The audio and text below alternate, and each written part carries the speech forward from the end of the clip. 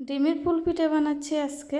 এই পিঠাটা বানাতে খুবই সহজ। এই পিঠাটা বানাতে যেসব উপকরণ লাগে তা হলো ডিম, আটা, চিনি, পরিমাণ মতো লবণ এবং ঠান্ডা পানি। অবশ্যই ঠান্ডা পানি দিয়ে আটা করতে হবে। সব কিছু মিক্স করে আমরা সাধারণত রুটি যেভাবে বানিয়ে থাকি ঠিক সেভাবে আটা করতে হবে। সব কিছু দিয়ে পাতলা পাতলা করে রুটি বানিয়ে ছোট ছোট করে কেটে কেটে এভাবে ফুল বানাতে হবে। এজন্য এগুলোকে ডিমের পুল পিঠা বলা হয়। এই পিঠাগুলো অনেক দিন ঘরে সংরক্ষণ করা যায় আর খেতে খুবই মজাদার। আমাদের আজকে অনেক পিঠা বানানো হয়ে গিয়েছে, এখন অল্প আছে। মেজো ভাবি ডুবন্ত তেলে সব পিঠাগুলো ভেজে নিচ্ছে।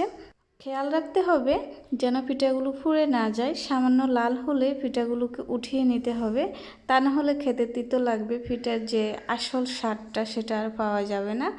আজকের পিঠা বানানো শেষ। ভিডিওটি কেমন লেগেছে জানাবেন। যদি ভালো লেগে থাকে পাশে থাকবেন। আল্লাহ হাফেজ। আসসালামু আলাইকুম।